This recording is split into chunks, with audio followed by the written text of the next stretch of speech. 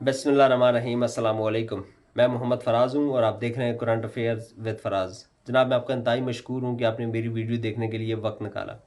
हम इस वक्त नए पाकिस्तान में लैंड कर चुके हैं और उस पाकिस्तान से नए पाकिस्तान में आए हैं जिस पाकिस्तान में पिछले 20-22 महीने से जो फस्तायत, जुल्म, बर्बरियत का बाजार गर्म था। Finally we have landed in new Pakistan with the struggle of Pakistani youth, which is a 67% of the Pakistani population, and 90% of them has played their vital role to bring Pakistan back on track. They have actually played their role to bring Pakistan Tehreek-e-Insaf back in game. And which tools they have used? They used their smartphones and all the available tools, technology tools, to bring Pakistan Tehreek Insaf back in game. मेरे पाकिस्तानी याद रखिएगा कि पाकिस्तान की youth की वो struggle है जिस struggle ने आज हमें उस पाकिस्तान में वापस ला के खड़ा किया है, जिस पाकिस्तान के अंदर ये सॉफ्ट रेवोल्यूशन पाकिस्तानी जो कौम है वो लेकर आई है। पाकिस्तान तहरीक इंसाफ को जिस तरीके से इलेक्शन में जाने की इजाज़त दी गई, पाकिस्तान तहरीक इंसाफ के चेयरमैन को एक हफ्ते के दौरान 31 साल की बड़ी सज़ा सुनाई गई और वजह एक थी कि पाकिस्तान की यूथ को डिमोरलाइज किया जाए, उनको मोटिवेट, उनकी जो मोटिवेशन है उसको कम किया जाए और उनकी जो एक उनको मायूस कर दिया जाए निज़ाम से, पाकिस्तान के इलेक्शन के प्रोसेस से उनको मायूस कर दिया जाए कि पाकिस्तान की यूथ की वो हिम्मत ही ना रहे कि इलेक्शन में जा सकें। वही सोचेंगे इमरान खान नहीं है तो हमें नहीं जाना चाहिए।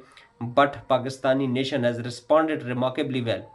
पाकिस्तान की कौम ने जिस तरीके से रिस्पॉन्ड किया, और बिलीव मी कि मैं खुद अपने गांव की अगर बात करूं तो वहाँ पे जिस तरीके से जो सूरत हाल हमने देखी कि जिस तरीके से बर्फ़बारी की वजह से रास्तों की बंदिश थी, वहाँ पे ट्रांसपोर्ट का सिस्टम एज सच कोई बहुत ज़्यादा बेहतर नहीं था, लेकिन उसके बावजूद बड़ी तादाद यूथ की वहाँ पे पहुंची, उन्होंने पाकिस्तान तहरीक इंसाफ को वोट किया और हमारी उम्मीदों के बरखिलाफ उस ऐसे दूर दराज इलाकों में भी हमारी उम्मीदों के बरखिलाफ जाकर पाकिस्तान तहरीक इंसाफ ने जिस तरह परफॉर्म किया, पाकिस्तान की यूथ ने जिस तरह परफॉर्म किया, ये एक इशारा है कि पाकिस्तानी कौम जाग चुकी है। और इमरान खान साहब ने जो पौधा लगाया था, इमरान खान साहब ने जो शऊर का जिन जो बोतल से बाहर निकाला था, वो जो है इस वक्त बेकाबू है और इस वक्त सारे का सारा निज़ाम उस शऊर के जिन के आगे बेबस दिखाई दे रहा है। मेरे पाकिस्तानियों, इस वक्त जो पाकिस्तान के अंदर जो इस वक्त सूरत हाल है, पाकिस्तान इस इलेक्शन के बाद जो एक चूंकि पाकिस्तान तहरीक इंसाफ को कंटेन किया गया और 180 सीट्स पाकिस्तान तहरीक इंसाफ लेने की पोजीशन में थी और ले चुकी थी ऑलमोस्ट, लेकिन उसको कंटेन किया गया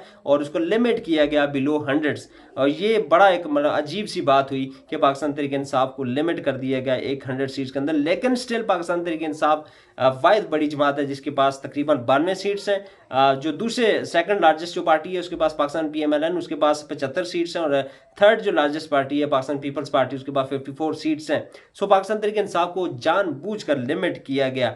आल्दो ये एक दुनिया का एक अजीब वाक़या है, दुनिया का एक अनोखा वाक़या है कि कैसी जमात जिसके लीडर को जेल में डाल दिया गया, फर्स्ट ईयर क़यादत सारी की सारी जेलों में, सेकंड ईयर क़यादत सारी की सारी जेलों में। मंसूर खान के मुताबिक अंडर-19 टीम पाकिस्तान तहरीक इंसाफ ने मैदान में उतारी, उसने जो कारनामा सर अंजाम दिया, ये दुनिया की तारीख में एक ऐसा कारनामा है शायद इसको रहती दुनिया तक याद रखा जाएगा। बल्ले का निशान ले लिया गया, जमात की शनाख्ती ख़त्म कर दी गई, उसके बावजूद पाकिस्तानियों ने जो किरदार अदा किया, और mostly credit goes to the youth.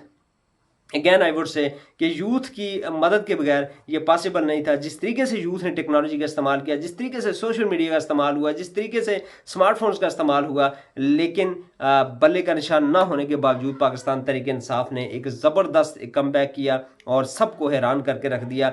इस वक्त सारे का सारा जो मरकज़ है, जो महवर है, वो बनीगा जो अटियाला जेल है वहाँ पे है, और कोशिशें की जा रही हैं कि खान साहब किसी तरह जो है वो राम हो जाएं, लेकिन ऐसा नहीं हुआ। जनाब, इस वक्त हुकूमत फॉर्मेशन जो है, हुकूमत की फॉर्मेशन के लिए चीज़ें चल रही है, और जो मुस्लिम लीग नवाज़ है वो कोशिश कर रही है कि मरकज़ में हुकूमत बनाए। उन्होंने पीपल्स पार्टी के साथ बात की, MQM के साथ बात की, लेकिन पीपल्स पार्टी तो उनको सीढ़ी पे चढ़ा के नीचे से सीढ़ी उन्होंने खींच ली। आज बिलावल साहब की प्रेस कॉन्फ्रेंस से ऐसा फील हुआ कि वो नहीं बैठेंगे, अब हुकूमत में नहीं होंगे। लेकिन बात वही है कि वज़ीर-ए-आज़म को जब आपने वोट देना है तो बेसिकली आप हुकूमत का जो है वो हिस्सा ही समझे जाएंगे। तो आज पीपल्स पार्टी ने खैर ये ऐलान किया कि हम हुकूमत का हिस्सा बराह रास्त नहीं बनेंगे और वजारतें वगैरह नहीं लेंगे। एक तो ये अपडेट है। दूसरा, फिर पाकिस्तान तहरीक इंसाफ चूँकि 2/3 मेजॉरिटी है KPK के अंदर, वहाँ पे वज़ीर आला का कैंडिडेट उनको नामज़द किया है जनाब अली अमीन गंडापुर साहब को। बड़े लॉयल पर्सन है पाकिस्तान तहरीक इंसाफ के लिए, और I think it's a good decision made by Pakistan Tehreek Insaf chairman, और खान साहब की तरफ से ये डिसीजन होना बड़ी एक ज़बरदस्त बात है। फिर जनाब आज ये भी फैसला हुआ कि MWM के साथ मिलकर पंजाब और मरकज़ के अंदर हुकूमत साजी के अंदर उनका किरदार भी उनको साथ रखा जाएगा। जमात इस्लामी को KPK में शामिल किया जाएगा, क्योंकि वजह वही है कि हमारे पास अपना निशान नहीं है, और उस निशान ना होने की वजह से हमें किसी न किसी जमात के साथ जाना पड़ेगा। जनाबे वाला, अब मसला ये खड़ा होगा कि अगर MWM के साथ इताद करते हैं तो क्या उन्होंने जो मखसूस नशिस्तें हैं उनके लिए कोई दरख्वास्त दी थी या नहीं दी? तो आई डोंट थिंक उन्होंने कोई दरख्वास्त दी होगी, क्योंकि वो तो शायद एक सीट की जमात है। इसी तरह जमात इस्लामी ने शायद उन्होंने तो दी होगी, क्योंकि उनकी तो ज़्यादा सीटें बनती हैं, बड़ी जमात है। तो KPK के अंदर तो वैसे भी पाकिस्तान तहरीक इंसाफ को मसला नहीं है, वहाँ पे सीट्स ना भी मजीद हों तो चूँकि 2/3 मेजॉरिटी है, वहाँ पे इशू नहीं है। लेकिन मरकज़ के अंदर इस चीज़ का बड़ा एहसास होगा और बड़ा मसला बन सकता है। खैर उसके उस इत्तेहाद के साथ हम ये एटलीस्ट कर सकेंगे कि अपने जो हमारे कैंडिडेट्स हैं जो 92 हैं उनको इंटैक्ट रख सकेंगे, शायद वो खरीदे उनको कोई ना, और कहीं जा ना सकें। बाकी आई डोंट थिंक कि MWM के साथ इत्तेहाद करके पाकिस्तान तहरीक इंसाफ को हुकूमत साजी की पोजीशन में होगी, ऐसा होता हुआ नज़र नहीं आ रहा। लेकिन मेरे पाकिस्तानियों याद रखिएगा कि जो आपने किरदार अदा किया है, आपने जो इलेक्शन के अंदर जो किरदार अपना अदा किया है, बिलीव भी ये पाकिस्तान की क्या पूरी दुनिया की तारीख में ये पहली दफ़ा हुआ कि जिस जमात को जिस तरीके से बांध कर, जिस तरीके से हाथ पाँव बांध कर अखाड़े में उतारा गया और हाउ दे परफॉर्म्ड, ये एक वाकई एग्जाम्पल है फॉर होल वर्ल्ड। और जनाब इस वक्त पूरी दुनिया से ये जो है इसके ऊपर, इस इलेक्शन के ऊपर सवालात उठाए जा रहे हैं, किस तरीके से पाकिस्तान तहरीक इंसाफ को कंटेन किया गया।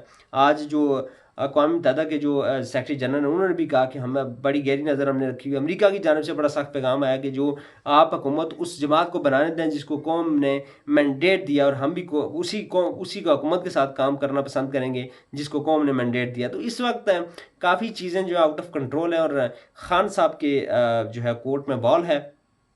कल से खबरें ये भी चलाई जा रही थी कि खान साहब को जो है शायद बनीगाला मुंतकिल कर दिया जाएगा। फिर सदर साहब के हवाले से कुछ ऐसी खबरें हैं कि सदर साहब शायद आर्टिकल 45 का इस्तेमाल करके खान साहब को रिहाई दे देंगे, लेकिन फॉर दैट आपको एक एप्लीकेशन सबमिट करवानी पड़ेगी to the president of Pakistan. और आई थिंक अब इमरान खान साहब ऐसा कुछ भी नहीं करेंगे, क्योंकि अगर एप्लीकेशन देते हैं तो फिर आपने जिन चीज़ों के अंदर आपको सज़ा दी है उनको एडमिट करने वाली बात है कि हमने ये जराइम जो हैं किए हैं। सो ऐसा आई डोंट थिंक ऐसा कुछ होने जा रहा है कि खान साहब को जल्दी रिहाई मिल जाए। लेकिन पाकिस्तान तहरीक इंसाफ ने जो एक ऐसा कम बैक किया कि शायद इसको कोई एक्सपेक्ट नहीं कर रहा था, और इसके बाद इंशाल्लाह आपको हालात बदलते हुए नजर आएंगे। हुकूमत जिसकी भी बने, आने वाले 2-3-4 दिन के अंदर ये कंफर्म हो जाएगा कौन हुकूमत बनाएगा, कैसे बनेगी, क्या कुछ होगा, कौन सी जमातें शामिल होंगी। लेकिन जो भी बनाएगा उसे ये कोई आग का दरिया है और डूब कर जाना पड़ेगा। ये कोई आसान काम नहीं है कि आप हुकूमत बनाएं और आप बहुत बड़ा तीर मार लेंगे। लेकिन दुआ गो हैं कि पाकिस्तान के लिए हालात साजगार हों, पाकिस्तान के लिए आगे आसानियाँ हों, पाकिस्तान की कौम के लिए आसानियाँ हों, और पाकिस्तान जो है तरक्की कर सके। अल्लाह ताला हम सबका हामी और नासिर हो। अस्सलाम वालेकुम रहमतुल्लाहि व बरकातहू।